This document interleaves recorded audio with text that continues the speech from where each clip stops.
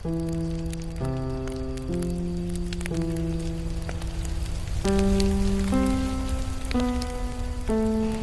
pagpalang araw, my dear brothers and sisters. Welcome ulit sa ating klase sa Come Follow Me Philippines. And today, araw ng Martes, January 13, 2026. Ang ating pag-uusapan ay ang ko pa rin sa ating Sunday School class ng Come Follow Me this week. And ang gandahan dito kasi may himay-himayin natin.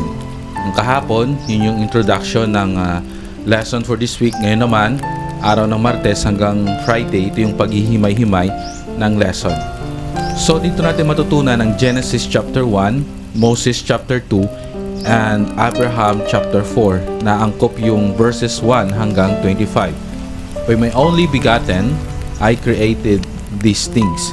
Yung kasing mindset natin before, pag-iisip natin na ang gumawa ng mundo is isang Diyos lang. And dito pala matutunan natin na si Jesucristo ang siyang lumikha, no? Paglikha sa pamamagitan ni Jesucristo. Itinuturo ng mga salaysay ng paglikha sa Genesis, Moses at Abraham na ang mundo ay hindi nilikha sa kawalan, kundi inayos at hinubog sa pamamagitan ng kapangyarihan at otoridad ng Ama. So, yung tutunan natin sa klase, which is separate naman yung science, no? Educational sa mga bata, or sa paaralan na maraming teorya. Isa sa mga teorya dyan na ang mundo ay nilikha sa pamamagitan ng usok, pamamagitan ng mga particles at nabuo siya, di ba? Yun yung most sinutunan natin sa science. And meron din na bigla na lang Big Bang Theory, or bigla na lang lumitaw. Pero dito natutunan natin, may isang Diyos na lumikha sa sang sinukob, no? Ito ay sa pamamagitan ng kapangyarihan at ang kanyang otoridad ng Ama, sa pamamagitan ng kanyang bugtong na anak na si Jesucristo. Ipinapakita ng mga talatang ito na ang paglikha ay may kaayusan, so organized, may layunin at bahagi ng walang hanggang plano ng kaligtasan. So yung organize or kaayusan, atin itong makikita sa ating sarili kasi we inherit binana natin yung divine potential na maging katulad niya ng ating Ama sa langit. Pansin ninyo sa bahay, kayo ba yung tipong tao na nag-organize ng mga gamit ninyo? Tandaan natin na nananahan ang banal na espiritu sa bahay kung na-organize, diba? Iba naman yung mga bata. So, mga bata, turuan din natin sila na mag-organize ng kanilang sariling gamit. Hindi na tayo mag-organize para sa kanila. Tulad ng halimbawa, yung sarili nilang bag. Yung mga dadalhin nila sa eskwelahan, dapat naka-organize, di po ba? Hindi kailangan na malaki yung bahay mo para organize. No, pag maliit, hindi mo na ma-organize. Kasi, halimbawa ako, pag mag-ministering ako, or ako ay isang full-time missionary noon, pag bibisita ako sa isang bahay, pagpapasok ako sa bahay ng isang membro, may feel mo talaga yung presence ng banal na espiritu, depende sa kaayusan din ng kanilang bahay, no? Halimbawa, pagpapasok ka doon, nakakalat yung mga basura sa gilid, di ba? Yung mga tulugan nila hindi pa naayos, and then parang hindi nalabhan, di ba? Case to case basis naman, kung ang isang pamilya ay talagang mahirap, or talagang nasa, ang tawag doon, yung bang nasa kalsada lang. Pero pag nasa bundok naman o sa palayan, kahit na walang sabon, pwede tayong may mga batis naman, di po ba? So, naniniwala ako, still is a choice na ayusin natin yung kung anong meron tayo. Yung bilang nanay, mahilig yung mga nanay mag-ayos, and maganda yan kasi yan yung kagandahan ng minana natin, yung pagiging malikhain, yung pagiging organisado. Yung mga tatay naman, mahilig tayong magbubuting-ting, no? Mahilig tayong gumawa ng isang creation, bangko, or anong mga bagay na ginagawa, magkumpuni ng mga sirang gamit, di po ba? Kasi atin niyang minana. So, ako'y natuto dyan nang nasa mission ako, and doon pa na mas lalo pang natuto ako sa pagiging organisado. Tulad ng sa mission kasi, meron kaming lamesa na kung saan nakalagay doon yung mga scriptures, ibang mga bagay na ginagamit namin araw-araw, no, sa pagtuturo. And then, di ba maganda tingnan yung lamesa mo if either kung creative ka, pero naka-organize yung mga scriptures dito, yung mga notes dito, yung mga ball pens, yung mga sticky notes. Kasi noon wala pa, may cellphone pero hindi pa Android, di ba? So, pati sa wall may mga sayings, di ba? Magandang tingnan. Pero pagpapasok ka doon, ako limbawa, as zone leader, pagpapasok ako sa pag bumibisita kami sa mga full-time missionaries, pag nakikita ko yung ang wall na, ang dudumi, pag open mo sang ref, hindi nalilinisan, nakakalat lang yung mga damit, sa loob ng kwarto, hindi nalabhan yung mga tinutulugan, di ba?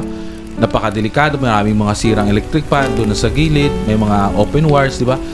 Yun yung ibig kong sabihin na nasa pagpili natin yung pag-aayos at hindi pag-aayos. So, para sa akin, pabor ako sa taong organisado. No, pabor ako sa taong malinis. At I know lahat naman tayo. So, pag ganyan yung nakita yung sa bahay nyo, it's time for you na dahan-dahan, i-change natin yung pag-ugali natin, na ayusin natin. Kasi, makita natin yung pinakadakilang example natin is yung ating manunubos na siya nagturo sa atin. Sabi nga, inorganisa yung mundo. Hindi lang, bahala lang, di ba? Yung tayo bilang tao, organize yung sarili natin, yung mata natin, ilong, bibig, taenga, buhok, skin, kamay, paa, mga parts ng katawan natin, naka-organisa at mayroon siyang layunin. Yan, dito pumapasok. So, Brother D, bakit ba kailangan naming magayos sa bahay?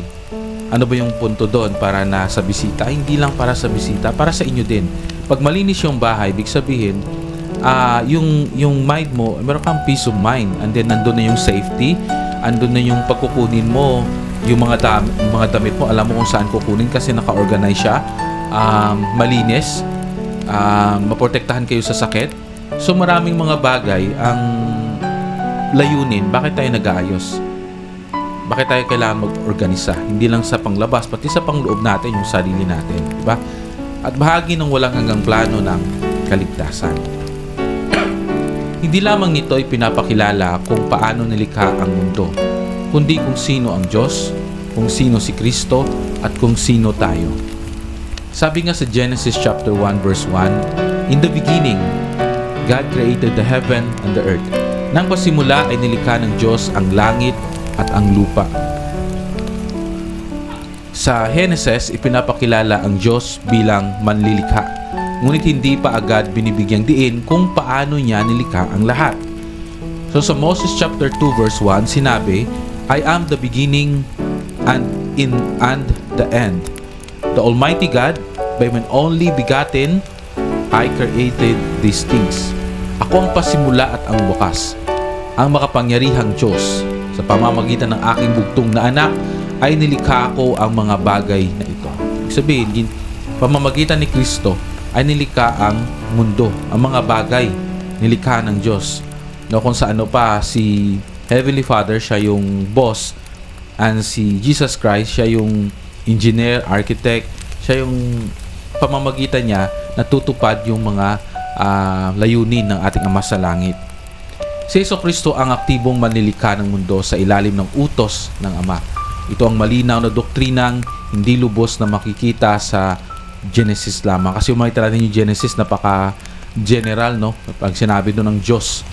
Pero dito, mabasa natin sa Moses na pamamagitan ni Jesucristo ay siya yung manlilikha sa ilalim ng utos ng ating Ama sa Langit.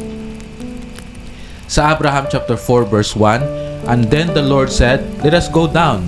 And they went down at the beginning, and they organized and formed the heavens and the earth." Makita natin, no? Yung salitang organized. Sabi nga, "At sinabi ng Panginoon, tayo ay bumaba, at sila ay bumaba sila." No? May kasama siya. At inayos yung pag-organize at hinubog ang langit o ang mga langit at mga lupa. Ang salitang organize ay mahalaga. Ang paglikha ay pag-aayos ng umiiral na bagay. Hindi paglikha mula sa ganap na kawalan, ito ay kaayon ng doktrina na ang materiya at katalinuhan ay walang hanggan. Yung science natin ngayon, my dear brothers and sisters, kung makikita natin, para sa akin insights ko to, yung natutunan ng tao ngayon, para sa akin hindi pa nasa hinliliit ng Diyos. Kung sa 100% siguro hindi pa naka 1% sa knowledge and wisdom ng Diyos. Diba? Kasi imagine natin si Jesus Christ. Hinawakan niya lang yung tao. Sinabi niya lang gagaling, gumaling. Ganun ka-advance yung technology ng Diyos compare sa atin. Sa atin, kailangan pa natin ng gamot. Diba yung gamot? Kung di ako nagkakamali yung katawan natin, diba? Nagre-react yun kasi chemical yun eh. Yung katawan natin is organic, diba? Minsan yung gamot, pag sobrang gamot, namamatay din yung tao. Hindi pa natin na perfect yung technology. Pagdating sa health, is ibang mga bagay, nakakatulong siya. Of course, yun yung blessing ng Diyos sa atin, yung kaalaman. Kasi inirit nga natin yung divine potential na maging katulad niya, katulad ng ating Ama sa Langit. Pero imagine natin yung kapangyarihan ng Diyos. Sasabihin niya lang sa iyo nga, ikaw ay gagaling. At gagaling tayo, ganun katindi and ka-powerful yung kapangyarihan at ang technology ng Diyos compare sa atin. Di ba? So, sa ngayon, tulad nga ng isang halimbawa ko, di ba? Tinatawag nating miracles kasi hindi pa natin lubos ito naintindihan. Kaya namangha tayo. Halimbawa, ngayon, yung gamot sa tuberculosis or sa mga matitinding sakit, bumalik ka doon sa panahon na hindi pa uso yung gamot and magbigay ka ng lunas. Ang tawag sa iyo doon is manggagamot ka, propeta ka or Diyos ka. At ang tawag sa ginagawa mo ay himala. Di ba? Kasi yung technology natin ay advanced compare sa mga 19 or 18 or 1700s, no? Or 1600s. So para sa kanila himala na yon, para sa atin technology. Kaya sabi ko, ang Diyos ay perfect science talaga siya, or yung advanced technology niya is talagang walang hanggan compare sa atin. Kaya wag nating i-separate. Para sa akin, no? Hindi ko siniseparate yung iba nininiwala sa Diyos. Para sa akin, kailangan talaga natin na paniwalaan yung Diyos. Kasi siya yung author ng technology, ng science, at lahat nating natutunan at matutunan pa sa mundong ito. Ang Diyos ay Diyos ng kaayusan at layunin na ating mababasa sa Genesis chapter 1 verse 4. And God saw the light that it was good. At nakita ng Diyos ang liwanag na ito'y mabuti. Hindi minamadali ng Diyos ang kanyang gawain. Ganito rin ang kanyang gawain sa ating buhay. Unti-unti, ngunit may layunin. So yung layunin ng Diyos sa atin, dahan-dahan, pero tinutulungan niya tayo. Minsan nakakalimot tayo dahil sa mga extra na hobbies natin. Naalala ko kahapon, kahapon parang na-stress ako kasi may gagawin ako. Pero still, ginawa ko pa rin. Sabi ko, this is the right thing to do. Kaya sa buhay, kailangan tayo manindigan. Hindi lamang dahil sabi ng iba, para maging halimbawa tayo. Hindi lang yun. Manindigan tayo kasi yun yung tama. Kasi pag binigay natin yung ating faith sa ibang tao, paano pag hindi ka na niya ma-appreciate na, still magiging masunurin ka pa sa Diyos? Paano pag hindi na sila makikinig, di ba? Pero pag nasa sayo yung commitment, kahit na makinig sila or hindi, kahit na ma-appreciate nila o hindi, kahit na maging halimbawa ka o hindi, still tutupad ka. Kasi yun yung commitment mo sa Diyos. Unti-unting sinishape ng Panginoon yung buhay natin. May isa akong Air 17 na nakausap. Sabi niya, alam mo, Dave, noon mahilig ako talagang gusto kong bumili ng sports bike. Kasi yun talaga yung gusto ko. Ngayon matanda na siya eh. Mga nasa 60s na, no? Sabi niya, mayroon naman akong pera na pambili nun. Pero hindi ko binili. Big sabihin, sinet aside niya yung desire niya, yung mga hobbies niya. Sabi ko po, bakit? Sabi niya kasi kulang yung time na ibibigay ko sa simbahan. Kung ating gugugulin yung ating panahon sa simbahan, meron tayong mga bagay na isasakripisyo. At literal yun. No? We cannot serve two masters at the same time. Kasi unti-unti nga nire-reshape ng Panginoon yung buhay natin. Tulad ng sabi niya, isang araw, gusto ng wife ko at kami magkaroon ng sasakyan na bago. And then bumili sila ng bagong sasakyan, bagong-bago talaga. Nang isang araw, nagparking yung sasakyan, tinawag sila na maging isang mission president. Imagine natin, bago yung sasakyan mo pero hindi mo magagamit kasi I don't know if madadala sa mission pero sa mission, may sasakyan sila doon. So hindi nila nagamit yung sasakyan nila. So minsan, kailangan na nating mag-intay. Kasi hindi naman tayo bibiguin ng Panginoon. Dahan-dahan, unti-unti tayong binabago ng Panginoon. Kasi meron siyang layunin sa ating buhay. Ang mundo ay inihanda para sa buhay. Sabi sa Genesis chapter 1 verses 20 hanggang 25, mga kapatid, if meron kayong time, pwede niyo po itong mabasa. And God said, sabi ng Diyos, let the earth bring forth the living creature after his kind. At sinabi ng Diyos, maglabas ang lupa ng mga nilalang na may buhay ayon sa kanilang uri. Parang habang binabasa ko to, merong pumasok sa isip ko, maglabas ang lupa ng mga nilalang. Paano lalabas ang nilalang sa lupa? Then tapos doon pumasok sa isip ko yung evolution. 'Di ba? Microorganism hanggang nanggaling tayo sa mga reptiles, 'di ba? Hanggang naging dinosaur, whatever. Pero dito, babasa niyo sa Genesis at yun sa Moses na yung mga animals ay lumabas sila sa lupa. Ibig sabihin, siguro sa akin lang insight ko to, through evolution, di ba? From nag-evolve yung mga hayop. Sa akin lang to, base dito. Pero yung tao nilikha talaga sa wangis ng Diyos. Kaya salungat para sa akin yung salitang tayo nanggaling sa mga unggoy. Kasi nilikha nga tayo sa wangis at hubog ng Diyos Yung mismo yung Diyos yung lumikha sa atin. Pero dito, parang napapaisip ako, kasi sabi ko nga, yung science is connected din sa ating Diyos. Di po ba? Yung technology natin ay far away. Malayong-malayo sa technology ng Diyos. Pero yung Diyos naman, may tinatawag siyang values. Kaya meron tayong doktrina para ma-appreciate natin yung mga bagay. Kasi pag hindi natin ma-appreciate to, doon papasok ang science. Hindi na tayo naniniwala sa kabutihan, hindi na tayo naniniwala sa hope, faith, and hindi na tayo naniniwala sa na mayroong magandang bukas kasi lahat instant na. Di po ba? Kaya mayroong layunin talaga ang lahat ng bagay. Ang mundo ay hindi aksidente, ito ay inilaan bilang lugar ng pagkatuto, pagsubok at paglago. So, para sa akin, kung isipin natin kung saan talaga nanggaling yung tao, nanggaling ba talaga sa evolution, nanggaling ba talaga sa organism, hanggang naging, yung tao, yung mga hayop, hanggang naging hayop, hanggang mga dinosaurs, nag-create. Totoo ba yung mga dinosaurs? Balang araw, pagdating natin sa second life, lahat yan ipa-flash sa atin. At masabi natin sarili natin, sinayang ko yung buong buhay ko sa mundo na sana inuna ko muna kung paano ako naging mabuting tao.